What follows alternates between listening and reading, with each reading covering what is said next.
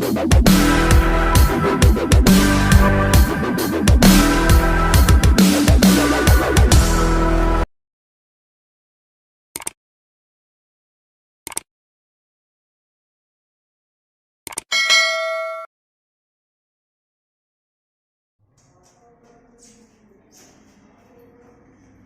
दोस्तों, BGC math class में आपका स्वागत है।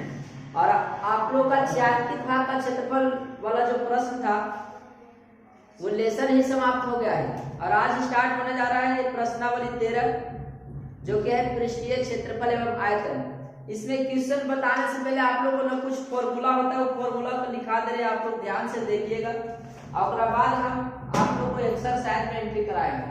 पहला नंबर फॉर्मूला है घन का आयतन बराबर घन का आयतन भुजा क्यू। दूसरा प्रश्न घन का पृष्ठीय क्षेत्रफल 6 गुना भुजा स्क्वायर। तीसरा नंबर इसका फॉर्मूला होगा घन का विकर्ण बराबर घन का विकर्ण बराबर √2 गुना भुजा। अब आएगा फिर चौथा नंबर पे घनाभ का आयतन बराबर लंबाई गुना चौड़ाई गुना ऊंचाई। फिर मिलेगा घनाभ का क्षेत्रफल बोलिए या पृष्ठीय क्षेत्रफल जो बोलिए 2 × LB plus BH plus HL। L माने लंबाई, B माने चौड़ाई और H माने ऊंचाई होता है। इसका घनाभ का तीसरा फॉर्मूला रहेगा घनाभ का विकर्ण √ लंबाई के स्क्वायर जोड़ चौड़ाई स्क्वायर जोड़ ऊंचाई स्क्वायर। एक बार ये रहा घनाभ। अब जो आपको आगे मिलेगा मान लीजिए बेलन, तो बेलन का वक्र पृष्ठ होता है 2πRH। बेलन का संपूर्ण पृष्ठ 2πR × R प्लस H। इसके बाद आपको मिलेगा देखिए तो आपको अपना वीडियो है बेलन का आयतन बराबर πR²H। ये रहा बेलन। इसमें एक चीज आप जोड़ दे रहे हैं, आधार का क्षेत्रफल बराबर आधार इस सबके वृत्ताकार होता है यानी वृत्त का क्षेत्रफल मान हो जाएगा πR² और आधार का परिधि अगर रहेगा आधार का परिधि बराबर तो लगा देना है 2πR। अब इसे तो बेलन तक लिखा है। एक बाद आप लोग को फिर शंकु लिखेंगे, गोला लिखेंगे, बारी बारी से आप लोग इतना तक उतारिए। उसके शंकु तक जितना है, बेलन तक जितना सारा फॉर्मूला था सब हो गया। अब आप लोग को शंकु वाला फॉर्मूला लिखना है। शंकु का भी उसी प्रकार से फॉर्मूला चलेगा। शंकु का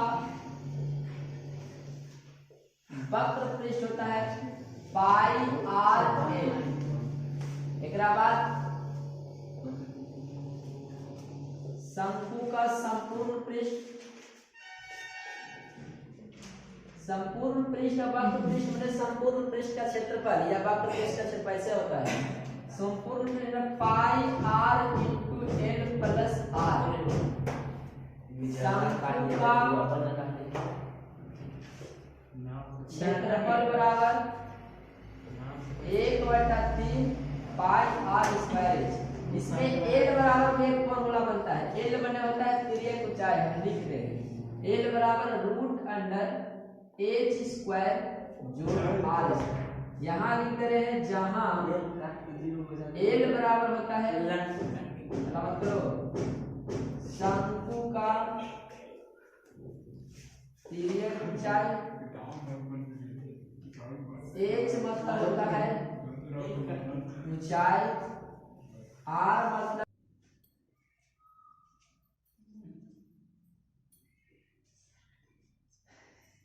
l मतलब शंकु के तिर्यक ऊंचाई, h मतलब शंकु की ऊंचाई होगा और r मतलब त्रिज्या।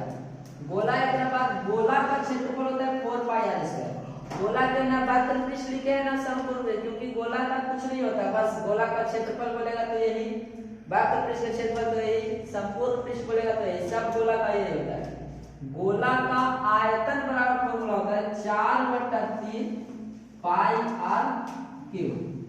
गोला का क्षेत्रफल हो गया, गोला का आयतन हो गया। एक बाद अर्धगोला रहता है, अर्धगोला का, इसमें वक्र पृष्ठ भी होता है अर्धगोला में और संपूर्ण पृष्ठ भी होता है, दोनों लिख रहे हैं। अर्धगोला का वक्र पृष्ठ, अर्धगोला का वक्र पृष्ठ बराबर 2 पाई r स्क्वायर। ओकरा बाद अर्धगोला का संपूर्ण पृष्ठ, संपूर्ण पृष्ठ 3 पाई r स्क्वायर होगा। और 5वां नंबर पर अर्धगोला का आयतन बराबर 2/3 पाई r क्यूब। देखिए आप लोग को पूरा फॉर्मूला लिखा है, शंकु का लिखा है, गोला का लिखा है, बेलन का भी लिखा है, घन घनाभ का भी लिखवा दिया फॉर्मूला। अगर और फॉर्मूला है इसमें, जैसे छिन्नक का आयतन होता है, छिन्नक का वक्र पृष्ठ, संपूर्ण पृष्ठ, वो आप लोग को जब लेसन स्टार्ट किया जाएगा तो वो वाला फॉर्मूला भी आप लोगों को बता दिया जाएगा। एक बाद हम आप लोग को एक्सरसाइज स्टार्ट करेंगे, ठीक है। देखिए प्रश्नावली 13.1 है यार, 3 देखिएगा जल्दी निकालना है। 13.1 में जो पहला प्रश्न है कि दो घन जिसमें प्रत्येक का आयतन 64 सेंटीमीटर की है, दो घन है और दोनों में प्रत्येक का जो आयतन है ना वो 64 सेंटीमीटर की बताया गया है। अब कह रहा है कि दोनों घन के संलग्न फलकों को मिला के, चुप रहो, दोनों घन के फलक को मिला के एक घनाभ बना दिया गया है। और उस घनाभ का क्षेत्र पहले ना हम आप लोगों को फिगर बनाते हैं कि दो घन और दोनों का अगर जोड़ देना तो घनाभ कैसे बनता है, जरा देखिएगा ध्यान से।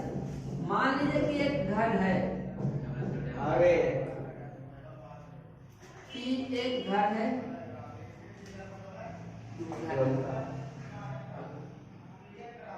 अब दो घन को मिला के एक घनाभ बनाया गया है। देखिए दो घन,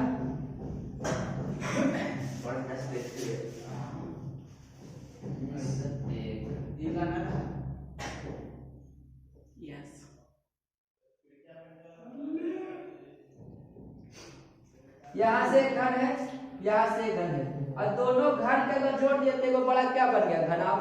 इसी घनाभ का क्षेत्रफल निकाला है, लेकिन घन के आयतन दे रहे, अगर ये घन के भुजा पता चलेगा तो एकड़ जितना भुजा रहेगा उतना एकड़ भुजा रहेगा, लंबाई पता चल जाएगा, चौड़ाई और मोटाई वही रहेगा जो निकलेगा। अभी देखिए घन का आयतन दिया गया है, ध्यान से देख पाओ, घन का आयतन बराबर होता है भुजा के क्यू, आयतन दे रहे 64 बराबर भुजा क्यू। अब क्यू 64 में किसी न किसी का क्यू है तो 64 पता चला कि सर 4 का जब क्यू करेगा तो 64 आएगा बराबर भुजा के क्यू। क्यू से क्यू कटेगा, इसलिए घन के जो भुजा है वो निकल के आ गया 4। अब बताइए वो घन है, घन का भुजा 4, ये घन के भुजा 4, तो कुल मिला के इस घनाभ का भुजा कितना हो गया, लंबाई आ मिलेगा। बाकी जो चौड़ाई इसका है 4 ही रहेगा और इसका मोटाई भी कितना रहेगा 4, यानी इसका लंबाई खाली बढ़ के हो गया है 8, बाकी चौड़ाई और ऊंचाई में तो कोई फर्क पड़ेगा नहीं। अब ये एक घन दो जुट के बन गया क्या, घनाभ। और इसी घनाभ का क्षेत्रफल निकाला, बोला है कि इससे प्राप्त घनाभ का क्षेत्रफल ज्ञात कीजिए। हम लिखते हैं घनाभ का पृष्ठीय क्षेत्रफल बराबर, अभी हम बताए थे कि 2 into LB plus BH plus HH। L मने लंबाई, B मने चौड़ाई, H मने ऊंचाई। 2 तो 2 इंटू लंबाई, तो लंबाई तो 8 लेंगे, इंटू चौड़ाई तो 4 ही रहेगा, चौड़ाई 4 है और ऊंचाई भी 4 है, 4 इंटू 8। आराम से इसको कर लो 2 × 8 चौका बस देखो अब दोबारा कट रहा है प्लस 4 चौका 16 और 8 चौका 32। आराम से देखिए इधर करते रहे 2 तो 2 गुना ये 32 16 और 32 को जोड़ लेते हैं 16 दूनी 32 16 चौका 64 और 16 5 यानी कि 80 हो जाए। अगर आप इसको गुना करिएगा तो कुल मिला के 160 क्षेत्रफल है तो सेंटीमीटर स्क्वायर। ये है 13.1 के पहले का क्वेश्चन है। इसका आंसर सबसे पहले तो हम आप लोगों को फार्मूला दिखाएं तो कर बाद पहला क्वेश्चन है इसका आंसर आया 160। बाद में इसका जो दूसरा प्रश्न है वो भी दिखाते हैं। देखिए इसका दूसरा नंबर क्वेश्चन है कि कोई बर्तन एक खोखले अर्धगोला के आकार का है। देखो बर्तन है जो अर्धगोल शांति से देखो एक बर्तन अर्धगोला के आकार का है जिसके ऊपर एक बेलन अध्यारोपित है यानी कि अर्धगोला के आकार का बर्तन है और ऊपर से एक बेलन अध्यारोपित है। अर्धगोलाकार का व्यास बताया गया है 14 सेंटीमीटर और जो पूरा बड़ा बर्तन है वो बर्तन के कुल लंबाई 13 है। बर्तन का देखो पहले अर्धगोला बोला है तो हम लोग ना अर्धगोला को बनाएंगे। ये रहा अर्धगोला अब अर्धगोला पर एक बेलन अध्यारोपित है यानी कि अर्धगोला पर देखो आप बढ़िया से वो बेलन बना दें। ये हो गया बेलन।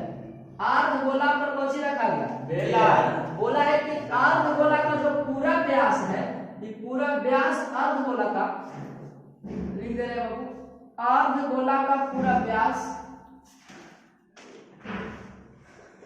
अर्धगोला का व्यास 14 सेंटीमीटर तो इसीलिए इसका त्रिज्या कितना हो जाएगा 7 आधा यानी इधर से त्रिज्या तो इधर से भी त्रिज्या होता है ये भी 7 रहेगा।